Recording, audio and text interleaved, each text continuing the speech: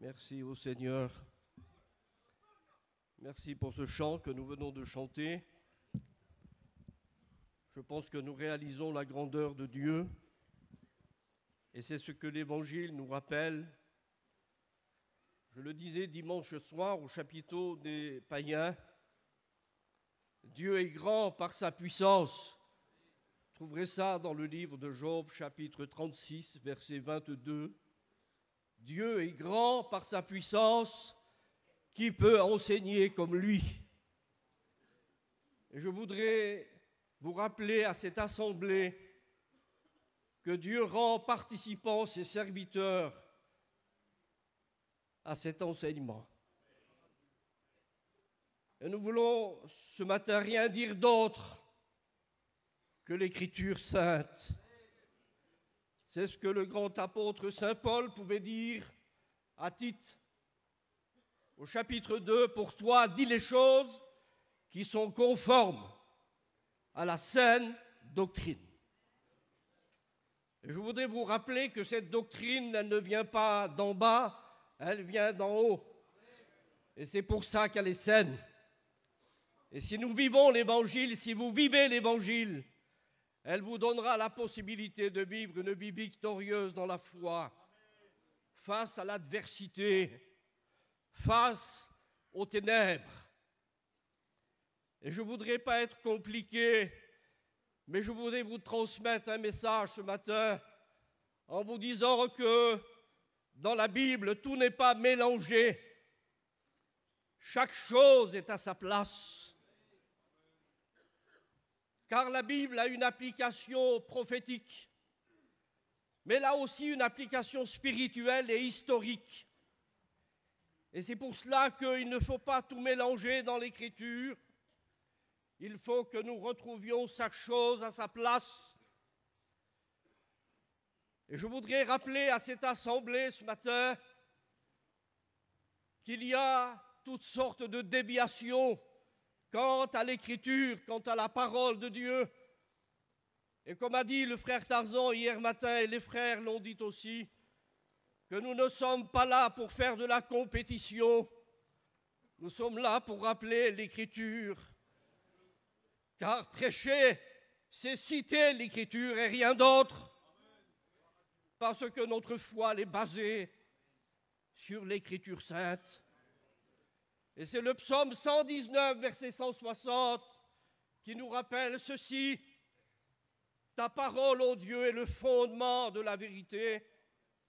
Notre foi n'est pas basée sur les idées des hommes. Il ne faut pas contrôler la Bible par les théologiens. Il faut contrôler les théologiens, soi-disant théologiens, par l'Écriture sainte. Parce que la Bible est notre référence. Elle est la référence de tout serviteur de Dieu. Elle est la référence de tout enfant de Dieu. Et ce matin, sans tarder, je voudrais lire 2 textes dans l'Évangile. Parce que je voudrais vous parler de la différence qu'il y a entre Israël et l'Église. Et c'est pour cela que j'ai dit tout à l'heure que tout n'est pas mélangé dans l'Écriture. Il faut que nous mettions chaque chose à sa place. Alors permettez-moi de lire en introduisant Genèse chapitre 12, verset 1er. L'Éternel dit à Abraham, va-t'en de ton pays, de ta patrie et de la maison de ton père dans le pays que je te montrerai. Je ferai de toi une grande nation. Je te bénirai et je rendrai ton nom grand, et tu seras une source de bénédiction. Amen. Et je voudrais faire une deuxième lecture dans le livre de l'Apocalypse, au chapitre 1er et verset 4, pour ceux qui peuvent suivre la lecture.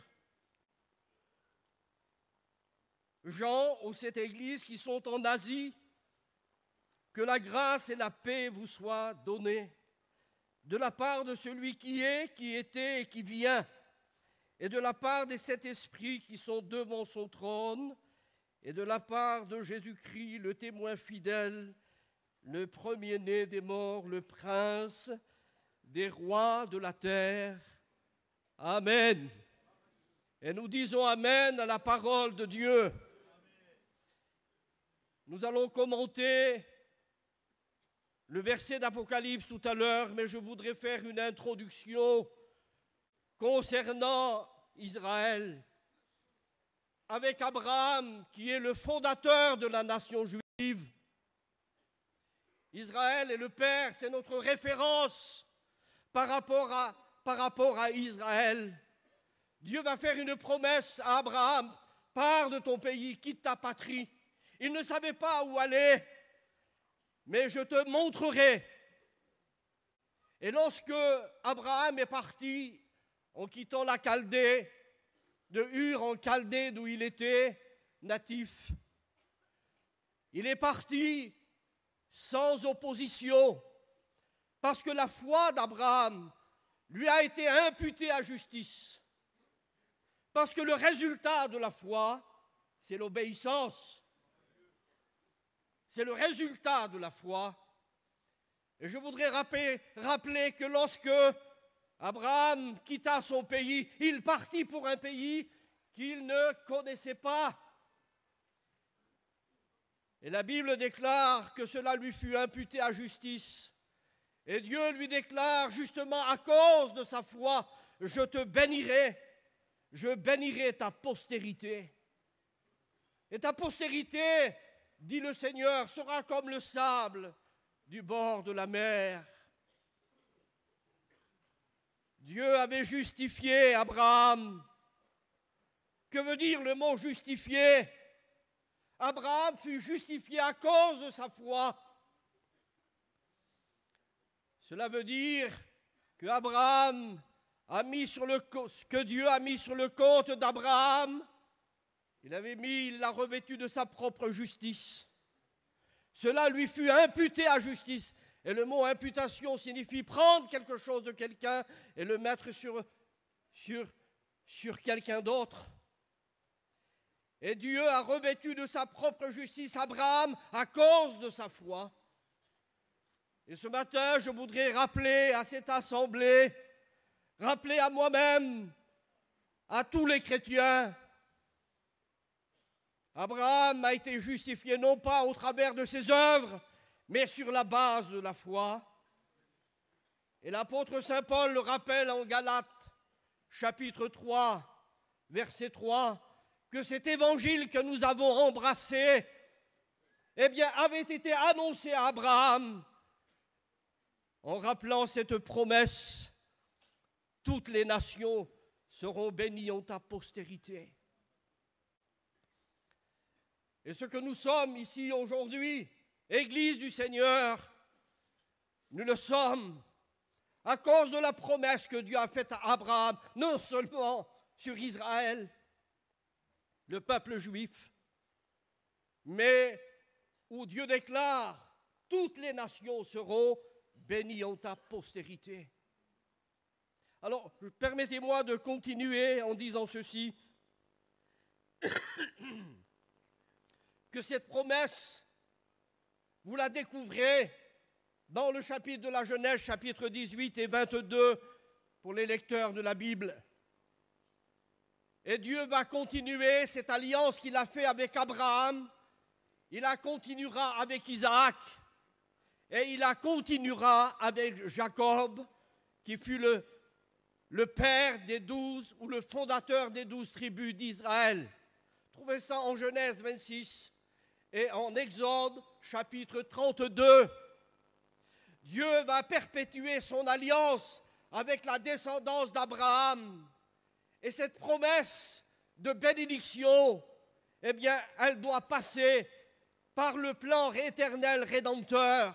Elle doit passer par le Fils de Dieu. Je te bénirai et je bénirai ta postérité. Et la postérité d'Abraham, dans la prophétie de Genèse, la plus vieille prophétie de la Bible, chapitre 3, verset 15, il est dit concernant le serpent ancien qui est le diable, Dieu va faire une prophétie, et cette prophétie, c'est celle-ci. Tu écraseras la tête du serpent, la postérité de la femme écrasera la tête du serpent. Mais il sera blessé au talon. Et là, nous sommes devant la prophétie de la venue du Messie, qu'Israël a rejeté. Mais ça, nous allons le voir, c'était dans le plan de Dieu. Israël, en tant que nation, devait rejeter le Messie. C'était dans la prescience de Dieu. Dieu pourtant a dit, je te bénirai, je bénirai ta postérité, et toutes les nations seront bénies en toi. Et nous sommes le résultat, justement, de cette promesse, où la bénédiction n'est pas que pour Israël. Nous allons le voir, que cette bénédiction, elle se perpétue aux nations païennes.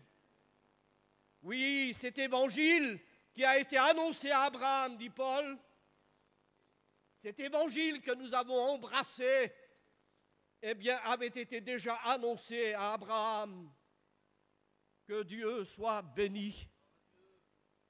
Je voudrais rappeler ce matin que la connaissance du vrai Dieu nous vient du peuple juif. Parce que la Bible déclare que personne ne connaît Dieu, mais le Fils qui est dans le sein du Père. Évangile de Jean, chapitre 1, verset 18. Lui, il nous l'a fait connaître. La vraie connaissance de Dieu nous vient par Jésus-Christ, le Fils éternel de Dieu.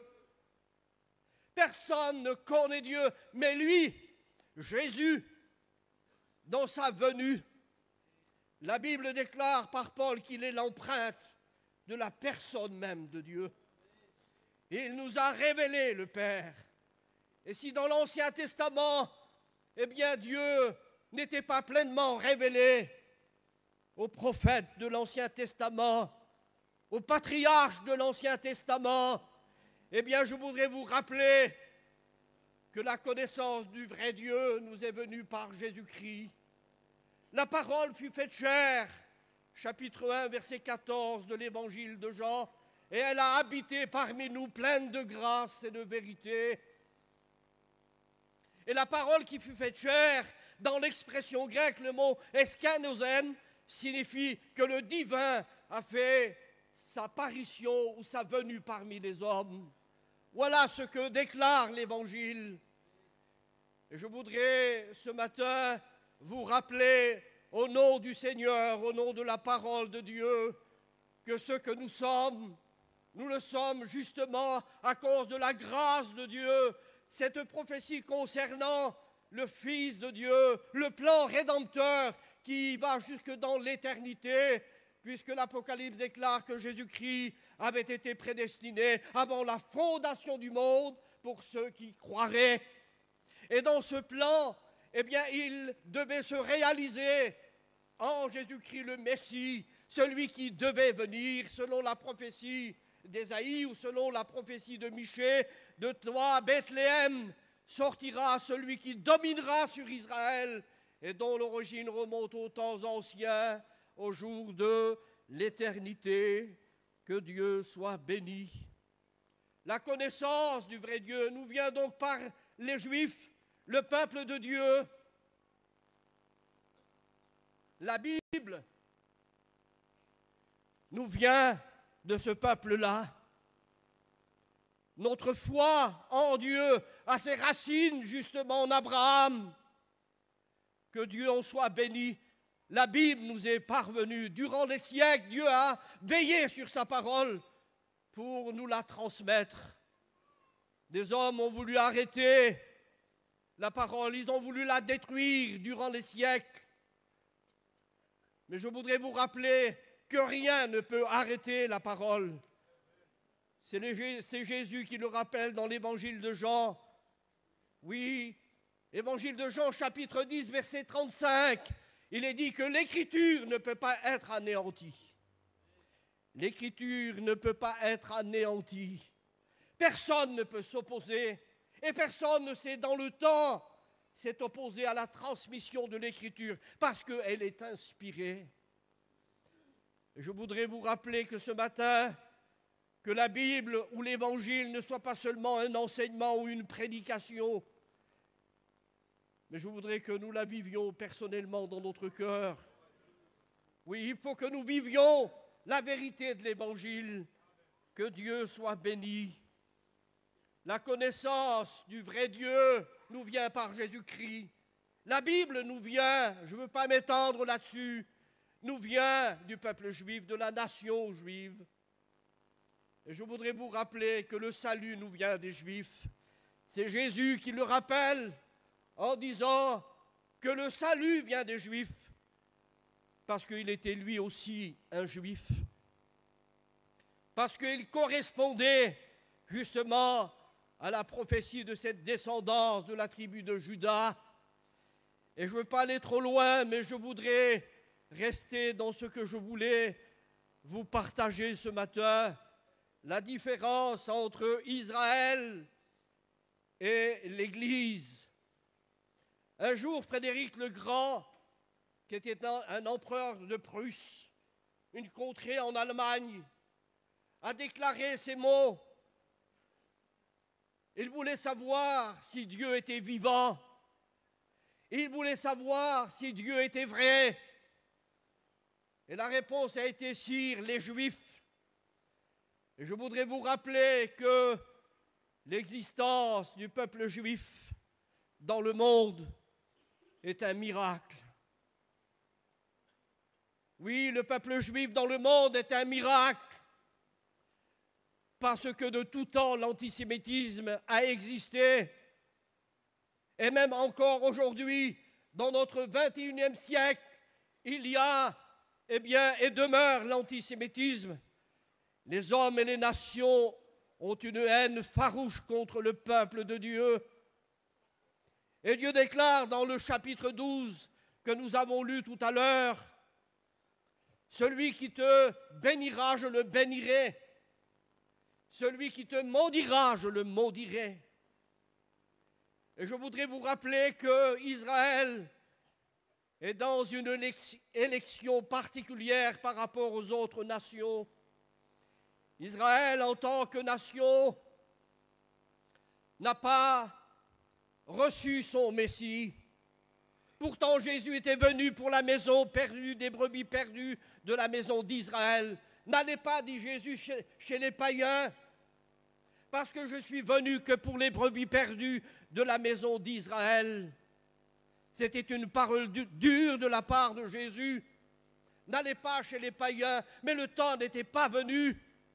Parce que la grâce, dans l'Ancien Testament, elle existait, mais elle n'était pas généralisée. Alors que la grâce, dans le Nouveau Testament, se réalisa avec cette parole de Jésus sur la croix, lorsqu'il a dit « tout est accompli ». Il avait accompli la loi et les prophètes. Et je voudrais le rappeler ce matin, frères et sœurs, que la grâce a commencé à partir où Jésus déclara sur la croix, tout est accompli.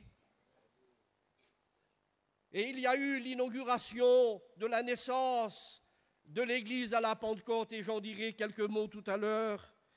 Mais je voudrais revenir sur le peuple juif. La survivance du peuple juif dans le monde est un miracle, car la Bible déclare qu'Israël, n'est pas comme une autre nation. Israël n'est pas comme le reste de tous les peuples des nations. Dieu a versé sur Israël son dévolu. Israël n'est pas comme les autres nations. Elle est dans l'élection de Dieu. Elle est dans l'élection. Dieu a fait une promesse à Abraham. Je te bénirai et je bénirai ta postérité. Et Israël est dans une situation particulière par rapport aux autres nations. Et Moïse va le rappeler dans le livre du Deutéronome, chapitre 7, verset 6. « Car tu es un peuple saint, et ton Dieu t'a choisi pour que tu sois un peuple qui lui appartienne entre tous les peuples. » Dieu t'a choisi. Et l'élection de ce choix de Dieu, le but de ce choix, c'est la bénédiction de tous les peuples. C'est la bénédiction de tous les hommes. La raison, c'est la préparation du Messie. C'est la préparation de la venue du Messie, le mystère caché de tous les temps. C'est l'apôtre Saint Paul qui le rappelle en Colossiens, chapitre 1, verset 26. Le Messie, Jésus-Christ, demeure un mystère pour Israël, mais il n'est plus un mystère pour l'Église, car nous l'avons rencontré. L'évangile de Jean, l'épître de Jean nous rappelle ceci, que nous sommes dans le véritable, en son Fils Jésus-Christ. C'est lui qui est le Dieu véritable et la vie éternelle. Et ce matin, il faut que nous soyons conscients que la préparation et le but de ce choix de l'élection du peuple d'Israël était la venue, la préparation de la venue du Messie.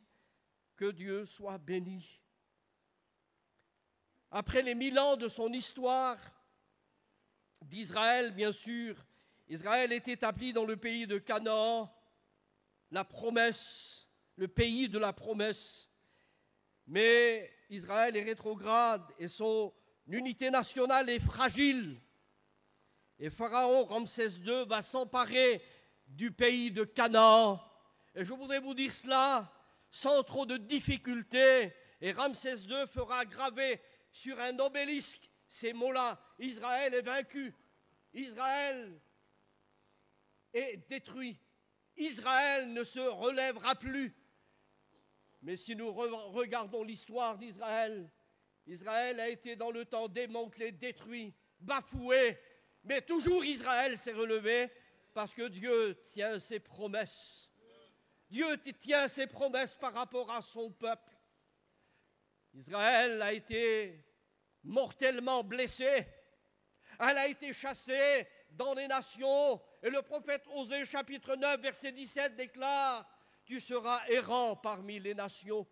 Et nous n'allons pas citer toutes les prophéties de l'Ancien Testament, mais je voudrais vous rappeler ce matin que Israël, à partir de là où elle a été dominée par les nations, par Nebuchadnezzar, au VIe siècle avant Jésus-Christ, en 586 exactement, elle a été déportée en Babylonie, en Irak actuel. Mais il y a eu la promesse où 70 ans après, sous la conduite de Zorobabel, en 537, sous l'édit de Cyrus, le roi Cyrus va donner un décret de faire revenir la tribu de Juda et de Benjamin pour la reconstruction du temple et ses murailles. Et à partir de là, eh bien, la promesse va s'enclencher concernant Israël, va être dominée par les nations, par les 4 empires que nous révèle le livre de Daniel au chapitre 2 de son livre. Mais je ne veux pas parler de cela ce matin, je voudrais juste en faire une référence. Oui, Israël a été dominé par 4 empires. Et je voudrais rappeler ici que ces 4 empires ont tombé dans l'histoire. Il n'y en a qu'un seul qui est l'empire de Rome, qui a été détruit, démantelé en 476 après Jésus-Christ par les peuples barbares, les Wisigoths, les peuples barbares. En 476 de notre ère après Jésus-Christ, Rome est tombée. Et je voudrais rappeler cela selon l'Apocalypse, que si cet empire est tombé, c'était le 4e empire qui a dominé Israël, mais il doit ressurgir. Cet empire-là doit, eh bien, revenir sur le plan prophétique, parce que l'Apocalypse nous le rappelle, que cet empire n'était plus, mais qu'il réapparaît dans la suite des temps. Et nous sommes devant la réalité des prophéties de la Bible, que Israël va à nouveau être réhabilité à conduire le monde avec son Messie. Oui, Israël, la nation juive, autant elle a été bafouée, maltraitée, et nous le savons tous, ce qui s'est passé dans le temps, tout près de chez nous, il n'y a pas longtemps, la guerre de 39-45, 6 millions de Juifs ont connu, eh bien, le martyre Mais je voudrais vous rappeler ceci, que Israël est impérissable dans le temps et que Israël est gardé et Israël est conduite par une main souveraine et que cette main souveraine, c'est celle de Dieu qui a fait une promesse. Et cette promesse, Dieu l'accomplira parce que Dieu tient ses promesses. Il n'est pas un fils d'homme pour nous mentir. Il n'est pas un homme pour nous mentir, ni un fils d'homme pour se repentir. Ce que sa bouche dit, son bras l'accomplit. Que Dieu soit béni. Alors laissez-moi continuer, s'il vous plaît. Je vais essayer de raccourcir, passer des notes. Mais je voudrais que vous ameniez à une évidence ce matin, que si les hommes, les nations veulent détruire Israël, Dieu protège son peuple. Dieu est en train, d'accomplir les prophéties de l'Ancien Testament. Et si c'est pour revenir sur ce que Pharaon Ramsès II a dit, Israël est vaincu, Israël est dans la poussière, Israël ne se relèvera plus. Il n'y a aucune nation comme Israël, par le chemin par lequel elle a passé. Israël s'est relevé. Israël s'est toujours relevé. Et je voudrais citer pour cela un texte d'Ésaïe 66, verset 8.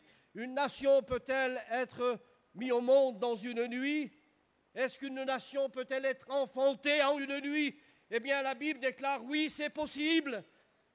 Et en 1948, dans la nuit du 14 mai 1948, si ce n'est que pour citer cette prophétie, Israël est né à la face du monde avec son drapeau, avec la reconnaissance de tous les États du monde, oui, comme étant une nation indépendante.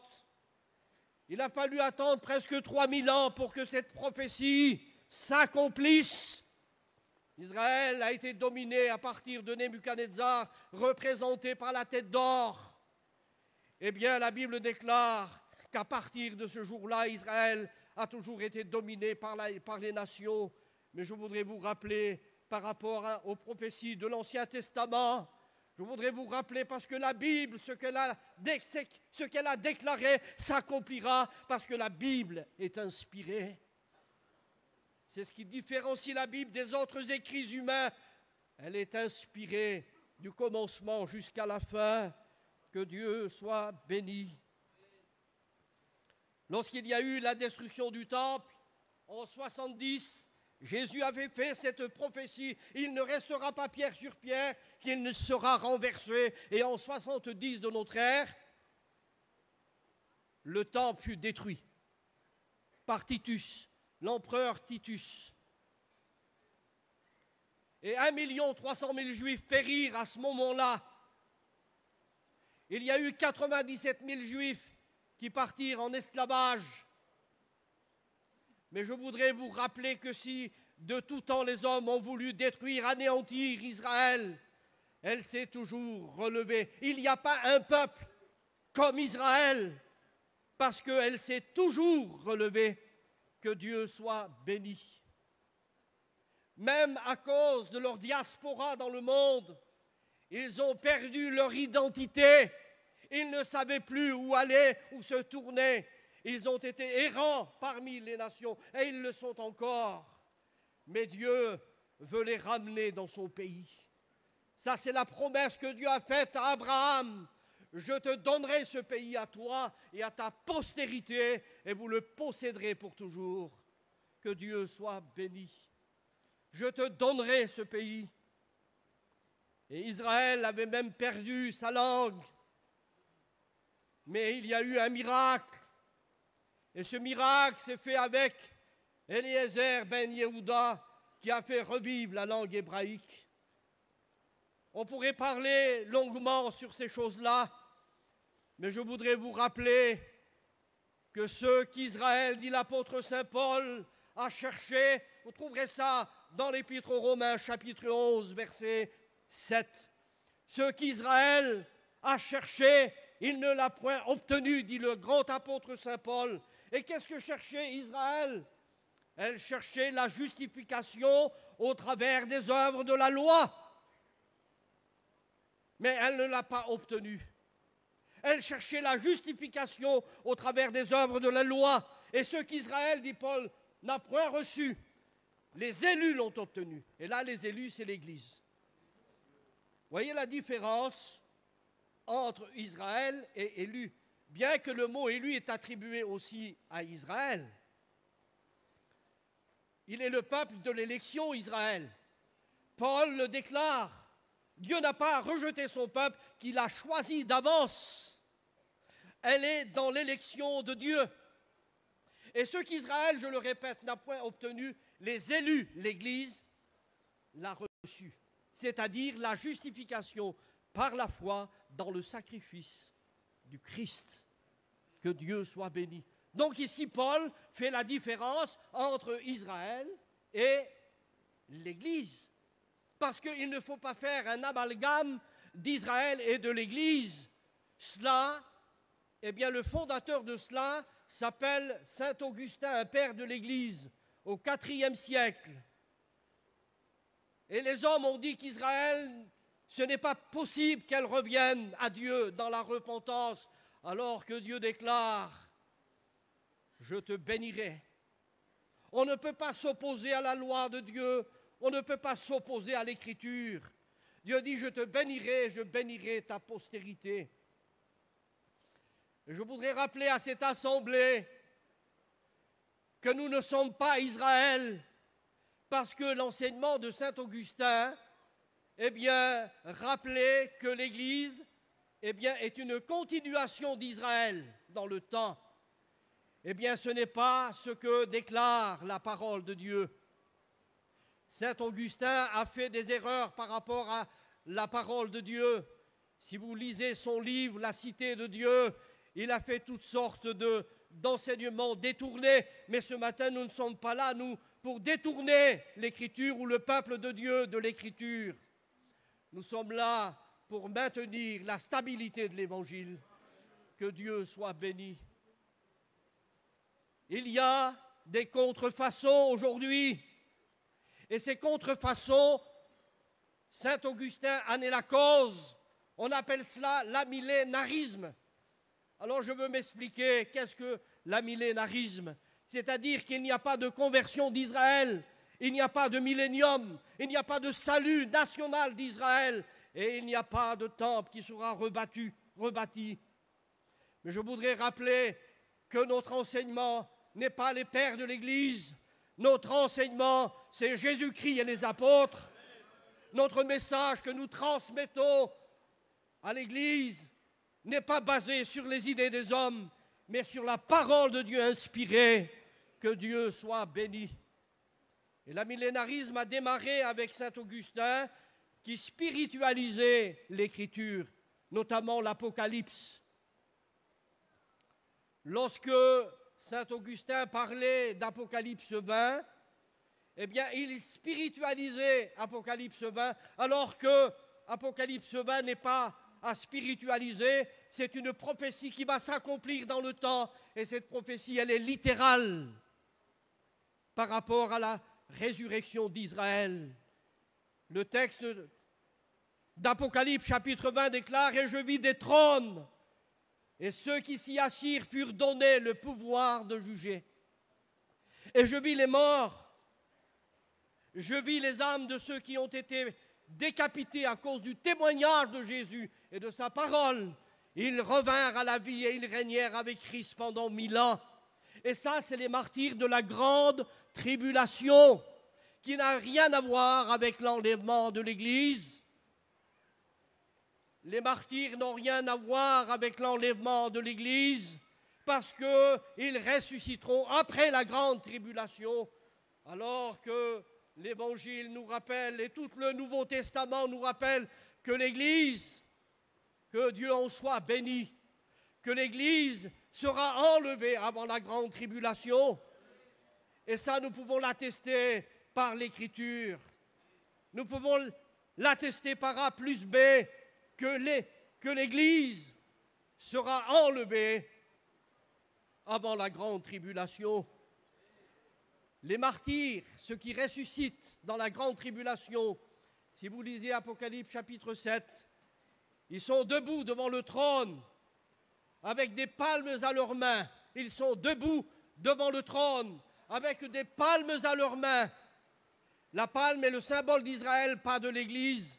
Il faut faire toujours la part des choses. Israël sera sauvé en tant que nation, jamais en tant qu'individu. En tant qu'individu, Israël est appelé, un juif est appelé à entrer dans la grâce, mais en tant que nation, Israël reste dans un statut particulier. Regardez ce que disent les Actes des Apôtres. Dieu a ajouté chaque jour à l'Église ceux qui sont sauvés et ceux qui étaient sauvés dans le temps de la grâce, dans le temps de l'Église qui est née à la Pentecôte. Eh bien, Dieu a ajouté à l'Église chaque jour ceux qui étaient sauvés. C'est un salut par intermittence et pas un salut général. Alors que pour Israël, la Bible déclare que Israël se convertira en tant que nation. Et c'est ce que l'apôtre Saint Paul rappelle. Lorsque le libérateur viendra de Sion, alors il détournera de Jacob ses impiétés. Et si Israël a été rejeté à cause de son endurcissement, dit Paul, quelle sera, eh bien, sa réintégration, sinon le passage de la mort à la vie, lorsqu'ils se convertiront tous. Israël se convertira dans le plan de Dieu en tant que nation. Et je voudrais le rappeler ici, que l'Église ne sera jamais rassemblée en Israël. L'Église ne sera jamais rassemblée. Il y a un enlèvement, 1 Thessaloniciens, chapitre 4, verset 16. Il y aura un enlèvement de l'Église, mais pas un rassemblement. L'Évangile de Matthieu, chapitre 24, verset 31 déclare « Il rassemblera ses élus ». Et là, le mot « élu » est en rapport avec Israël. Le mot « élu » pour Israël signifie « choisi », mais le mot « élu » pour l'Église signifie « sauvé », parce que l'Église est entrée dans le royaume de la grâce. Que Dieu soit béni. L'Église est entrée dans le royaume de la grâce, et nous sommes les bénéficiaires de ce royaume-là, parce que c'est là où la puissance de Dieu se manifeste. C'est là où la puissance de Dieu se manifeste, dans ce royaume. Que Dieu soit béni. Et je voudrais continuer, laissez-moi encore un quart d'heure, parce que l'évangile, elle est importante. Il faut savoir se situer. Il y a eu beaucoup de pères de l'Église, eh bien avec saint Augustin, parce que saint Augustin a entraîné tous les théologiens de cette époque-là dans cette direction de la millénarisme, c'est-à-dire que l'Église se substitue à Israël. Il balaie Israël du plan de Dieu. Alors que la Bible nous rappelle que si Israël a été chassé dans toutes les nations, si vous lisez Ézéchiel chapitre 38, chapitre 39, vous verrez que ce que les prophéties déclarent dans la parole de Dieu, je les ai chassés dans les nations, mais Dieu déclare, je ne te laisserai pas impuni, je te ramènerai, je les ramènerai dans leur pays. Ça, c'est la promesse que Dieu a faite à tout Israël. Je les ramènerai d'entre les nations. Et la prophétie déclare d'Ézéchiel, je ne laisserai aucun d'eux dans les nations, je les rassemblerai dans leur pays. La raison, parce que Israël dirigera le monde avec le Messie. Que Dieu soit béni. Alors je voudrais continuer et vous dire ceci, que Dieu soit béni. Il y a eu la persécution, je vais passer, des Juifs durant le temps, mais je voudrais venir maintenant à la lecture que nous avons faite d'Apocalypse chapitre 1er, verset 4. Aux 7 églises qui sont en Asie, que la grâce et la paix vous soient données.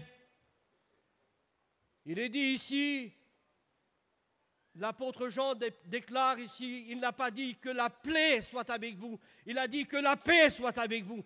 Aux 7 églises qui sont en Asie, et ces églises-là sont représentatives du corps du Christ universel. aux 7 églises qui sont en Asie, que la paix soit avec vous.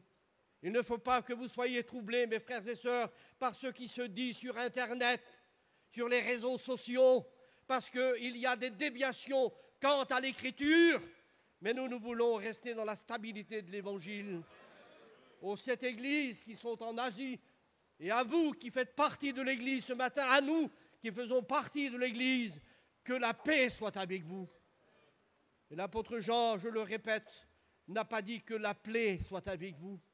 Parce qu'il y a 3 raisons pour lesquelles un chrétien ne peut pas être condamné avec le monde. Il y en a 3 des raisons. C'est la mort de Jésus. Il est mort pour nos péchés. Bien plus, dit Paul, il est ressuscité. Voilà la 2e raison. Christ est mort. Priorité. Notre salut est basé sur la mort et la résurrection de Jésus. Ce sont les 2 raisons pour lesquelles un véritable chrétien ne peut pas être condamné. 3èmement, à cause de son intercession, parce que la Bible déclare par l'apôtre Saint Jean, dans sa première épître, chapitre 2, « Nous avons un avocat auprès du Père qui intercède pour nous. » Et cet avocat n'est pas pour ceux du monde, parce que les gens du monde qui vivent dans la souillure, dans le péché, ils sont perdus. Mais cet avocat est pour l'Église. Si quelqu'un, petits enfants, si quelqu'un a péché, nous avons un avocat auprès du Père. Et cet avocat s'appelle Jésus-Christ.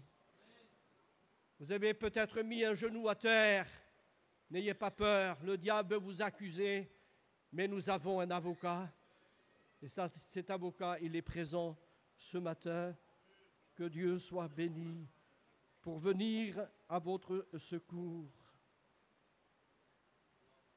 Je voudrais rappeler cela, et c'est important, que le mot apocalypse, parce qu'il y en a qui entendent le mot apocalypse et ne s'aventurent pas pour lire le livre d'Apocalypse parce qu'il y a toute une description de destruction. Mais l'Apocalypse ne concerne pas l'Église. L'Apocalypse, tous les événements qui vont s'abattre sur le monde, ne concernent pas l'Église. À partir du premier sceau en Apocalypse chapitre 6, ne concerne pas l'Église parce que l'Église, elle est déjà intronisée dans le ciel. À partir du chapitre 4 d'Apocalypse, lorsque l'apôtre Jean va recevoir cette révélation dans l'île de Patmos, il parle des églises.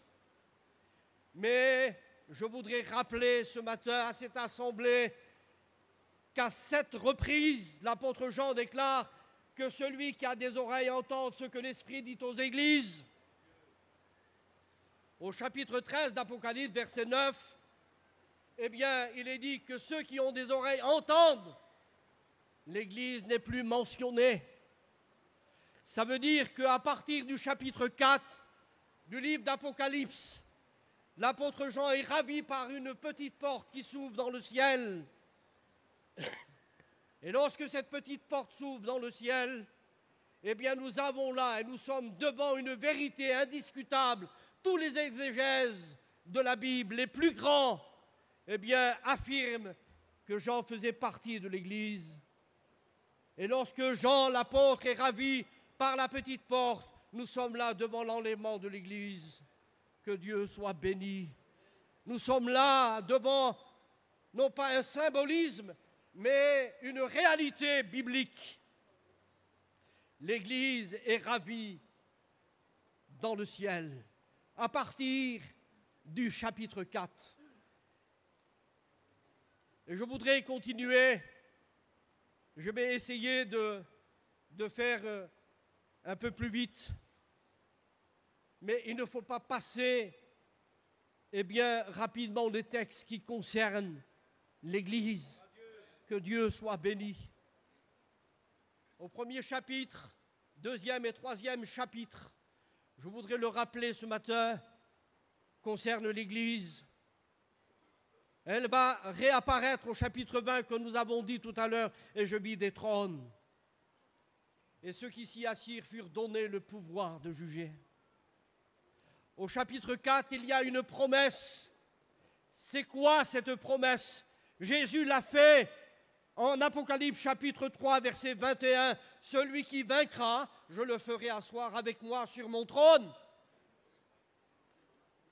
L'apôtre Saint Paul déclare en 1 Corinthiens 6, ne savez-vous pas que les saints jugeront le monde?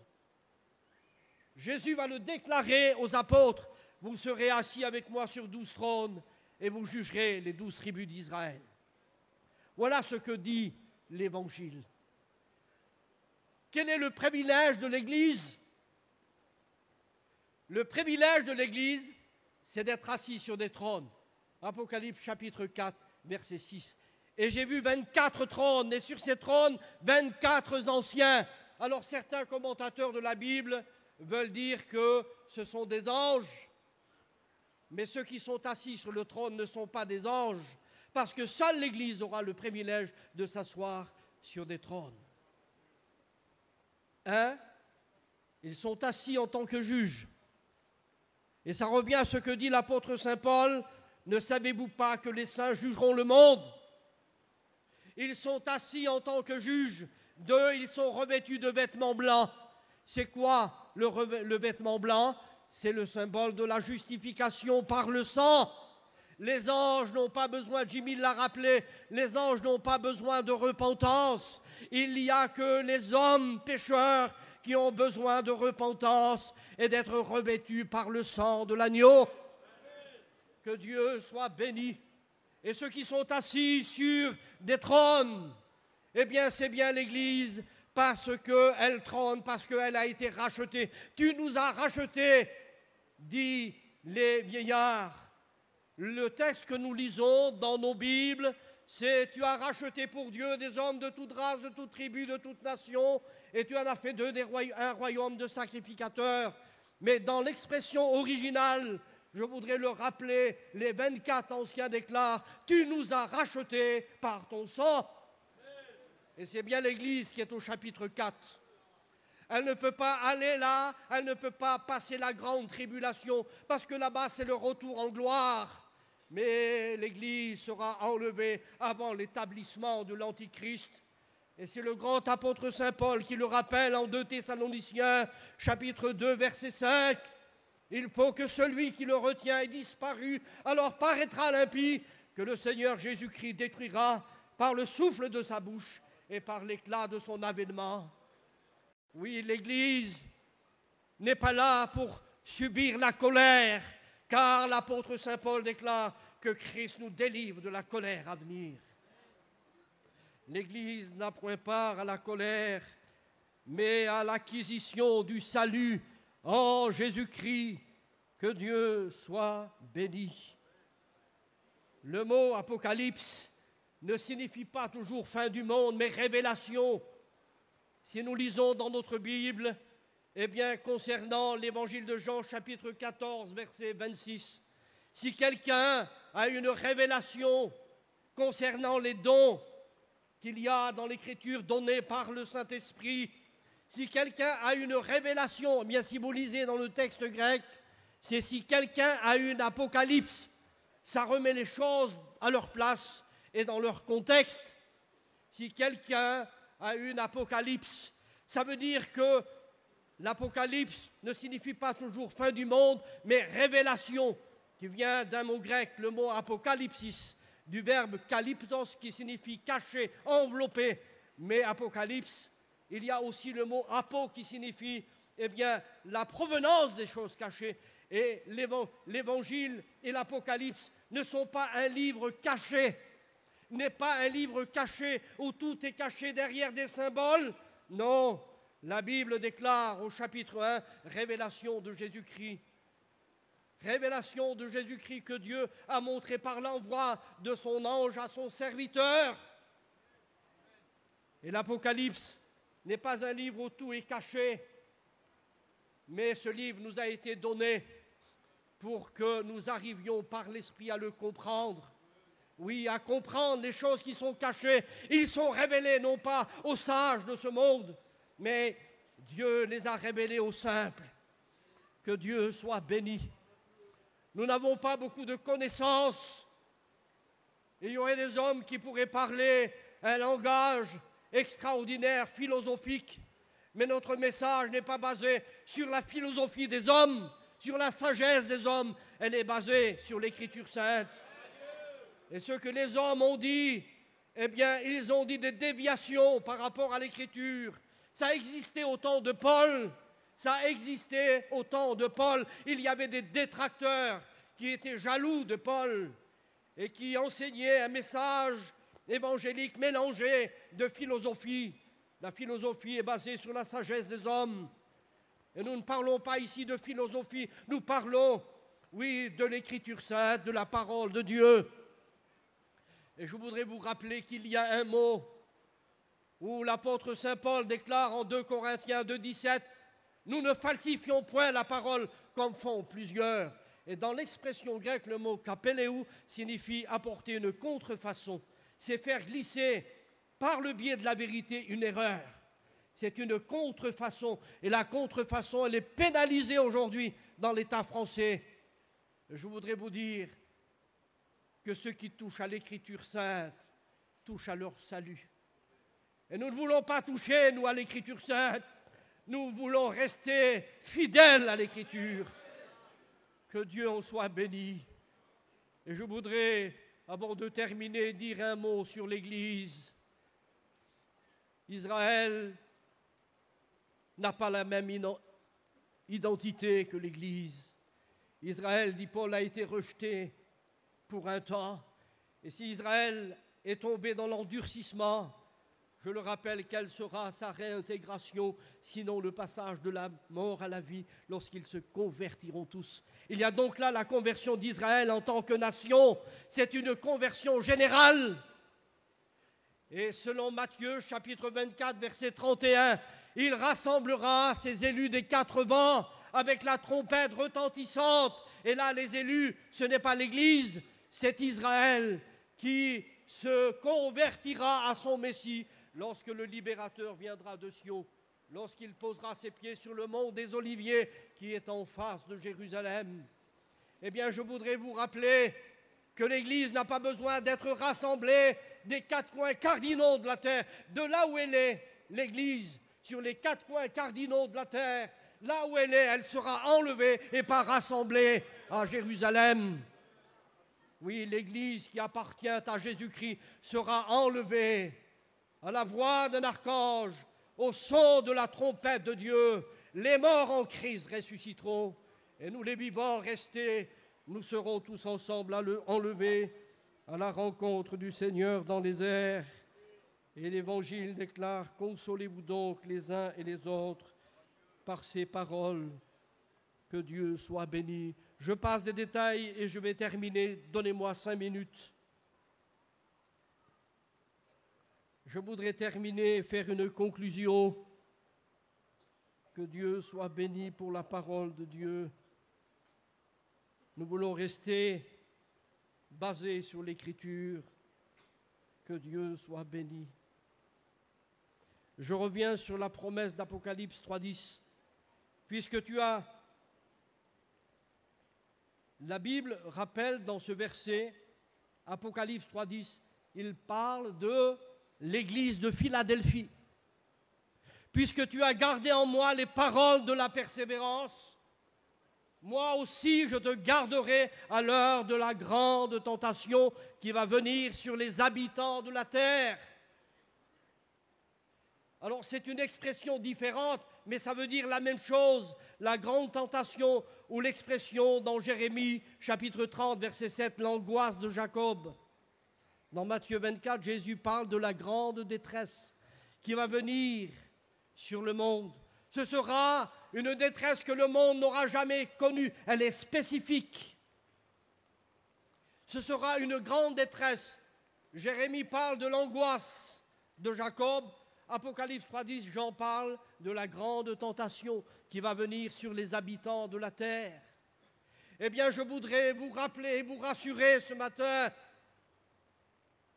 que si les temples qui ont été créés par les hommes, bâtis par les hommes, ont été détruits, si ce n'est que de parler du temple du roi Salomon qui a été construit sur une des montagnes du mont Morija, Eh bien, je voudrais vous rappeler que ce temple-là a été détruit par Nebuchadnezzar.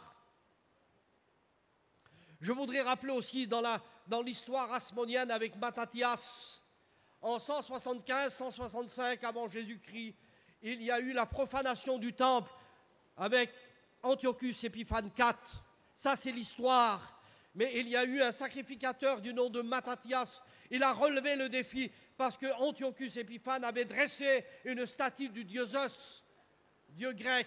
Et il a fait un sacrifice dans le Saint des Saints avec un porc, une truie.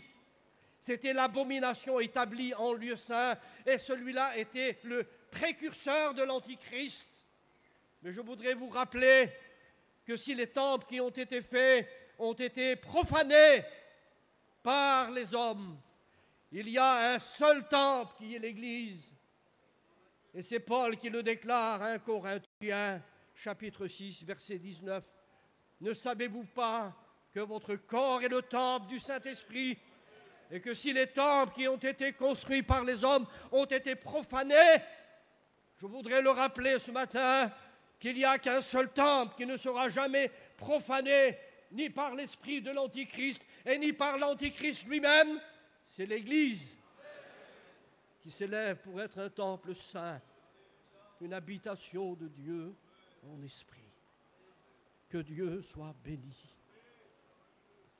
Je vais terminer, ce n'est pas la peine d'aller plus loin, je pense que vous avez compris que nous n'avons pas à mélanger Israël et l'Église, parce que l'Église ne se substitue pas à Israël. On appelle ça l'enseignement du remplacement ou l'enseignement de la substitution qui a sa base, je le rappelle, avec saint Augustin. Et je voudrais juste dire une note. Et nous allons conclure et nous allons prier le Seigneur.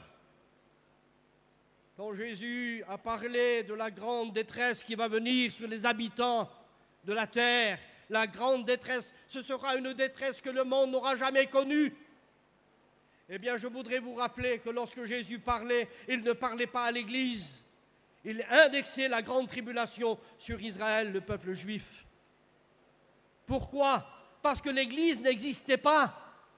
Elle a pris sa naissance, l'Église, à la Pentecôte, 50 jours après la résurrection du Christ. Et lorsque Jésus a dit « Priez pour que ce jour n'arrive pas un jour de sabbat », le sabbat n'a rien à voir avec l'Église. Le sabbat tombe le 7e jour, alors que le premier jour de la semaine, c'est un dimanche. Et ça, c'est la structure de l'enseignement de la Bible. Il y a 2 ordonnances de l'Église. Et les 2 ordonnances de l'Église, c'est le baptême et la Sainte Seine. Ça n'a rien à voir avec l'enseignement de l'Ancien Testament qui concerne le sabbat. Le sabbat concerne Israël. Jésus n'a jamais dit que le sabbat était un enseignement concernant l'Église, parce qu'à l'époque où il l'a dit sur les Juifs, il a dit « Priez pour que ce jour n'arrive pas un jour de sabbat ». Pourquoi? Parce que vous fuirez dans les montagnes, et un jour de sabbat, un Juif ne peut pas fuir. Et pendant la grande tribulation, un Juif ne pourra pas faire plus d'1 kilomètre s'il veut respecter la loi que Dieu donna à Israël le jour du sabbat. Eh bien, je voudrais rappeler à cette assemblée que le sabbat n'a rien à voir avec l'Église et que l'Église ne se substitue pas avec Israël. Elle est une parenthèse dans le temps. Et je voudrais vous le rappeler ce matin, que le sabbat n'a rien à voir avec l'Église, parce que ce n'est pas le même enseignement. Le sabbat tombe le 7e jour, un samedi. Le premier jour de la semaine, c'est un dimanche.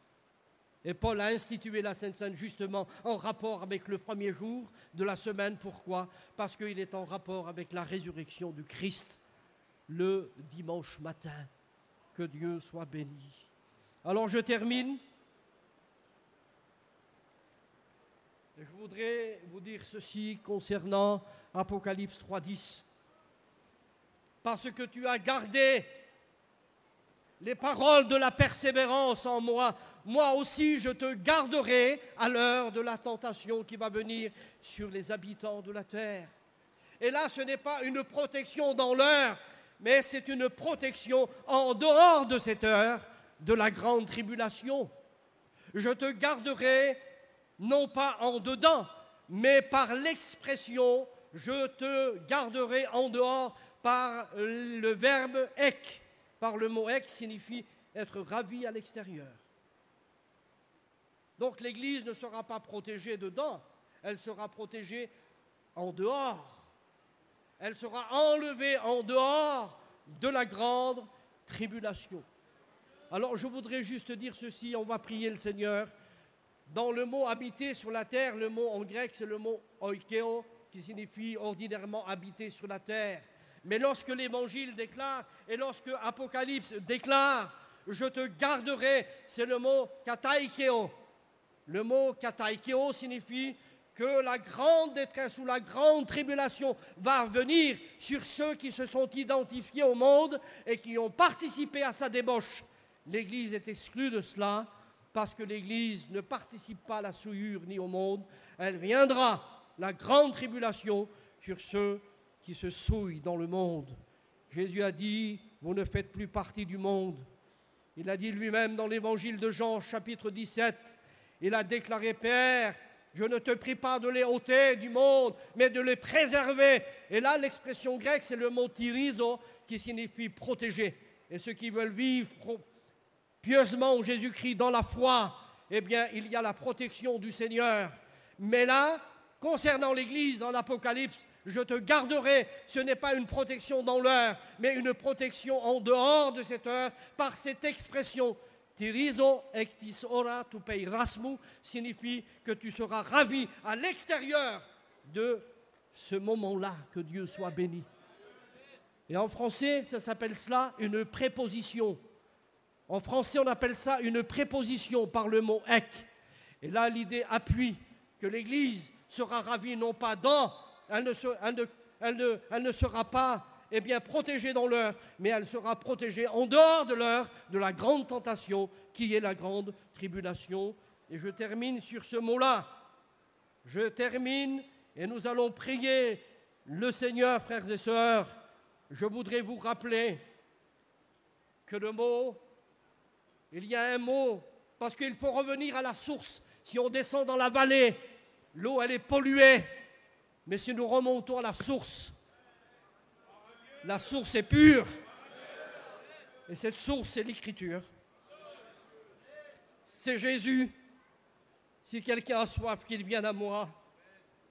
Et des sources d'eau vive couleront de son sein jusque dans la vie éternelle. Je voudrais rappeler ceci, frères et sœurs.